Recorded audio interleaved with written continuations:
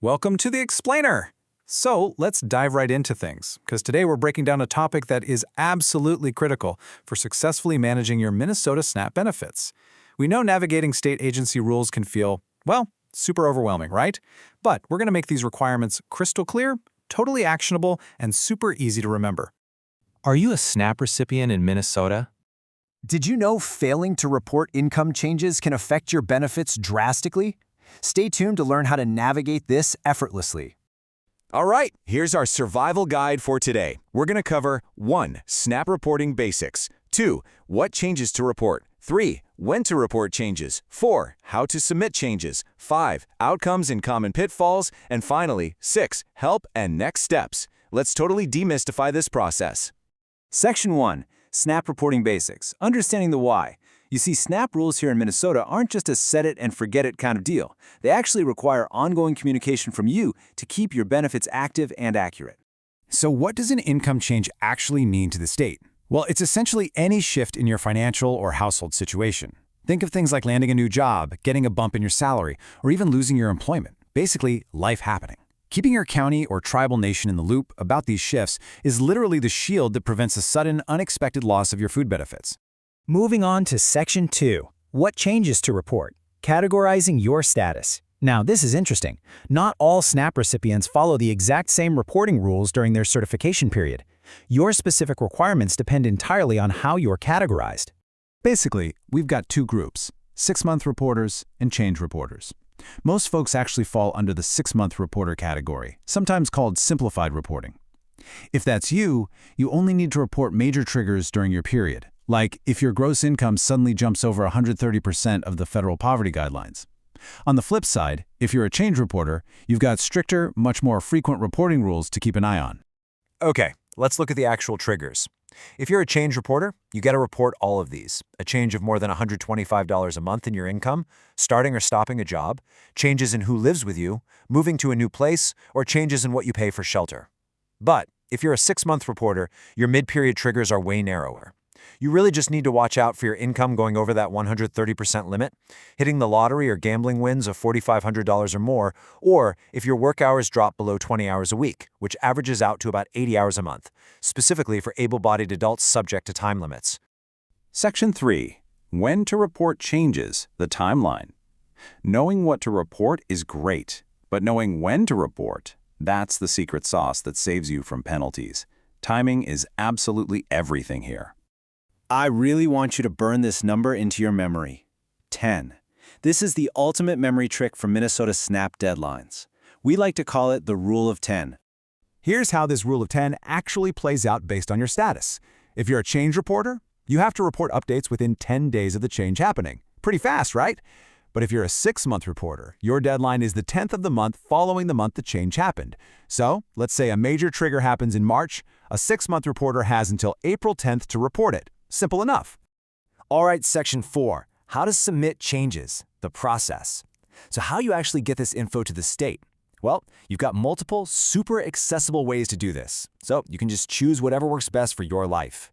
The absolute fastest and preferred method is going digital. Step 1. Hop onto the MN Benefits portal online. Step 2. Fill out the right forms. The state has specific ones like the DHS 2402B for change reporters or the DHS 5576, which is your combined 6-month report.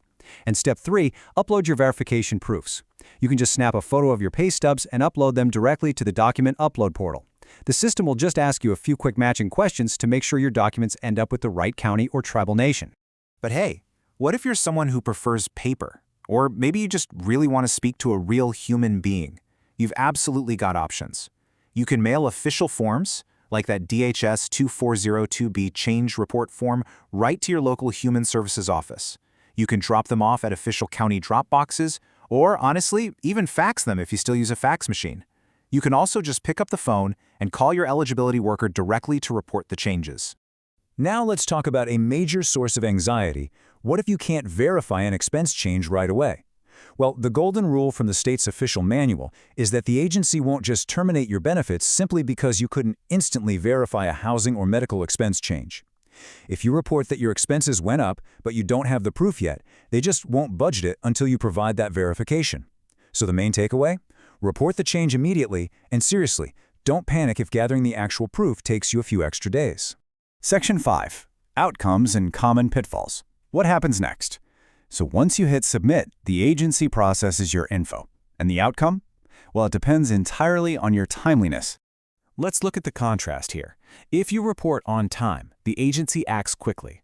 By rule, they have to act on reported changes within 10 days of the change becoming known to them. That means your benefits get adjusted accurately and fast.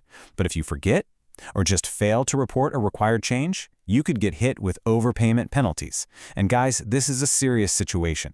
It means if you received more SNAP benefits than you were legally entitled to, you're going to be forced to repay those funds back to the state. Nobody wants that. So how do we avoid those nasty penalties? By dodging some super common mistakes. First off, don't miss those Rule of 10 deadlines. Second, make absolutely sure you remember to attach your verification proofs, like check stubs. Third, never ever ignore that DHS 5576 combined 6-month report form when it shows up in the mail. And finally, don't fall into the trap of thinking, oh, this change might decrease my benefits, so I just won't report it. Hiding income increases is exactly how those overpayments happen in the first place. Section 6. Help and Next Steps. Additional resources. Look, navigating public assistance can be tricky, but you absolutely do not have to do it alone. There are amazing support systems in place across Minnesota. If you ever feel stuck, lean on these resources. Your first line of support is always your county or tribal nation eligibility worker. If you need general help, or maybe you don't speak English, you can call the state helpline at 651-539-7700. If you require accessibility services, simply use TTY 711. And of course, checking the FAQ section on mnbenefits.mn.gov is a fantastic way to answer a lot of your day-to-day procedural questions. As we wrap up this explainer, I want you to check your paperwork, know your Rule of 10, and really take proactive control of your benefits. Understanding these simple rules is your very first step toward true peace of mind. So I'll leave you with this. What is your plan for your next reporting deadline? Are you a 6-month reporter or a change reporter? Figure that out today and secure your peace of mind. This video is for informational purposes only and does not constitute legal advice. For specific guidance related to your situation, please consult a benefits advisor or legal professional.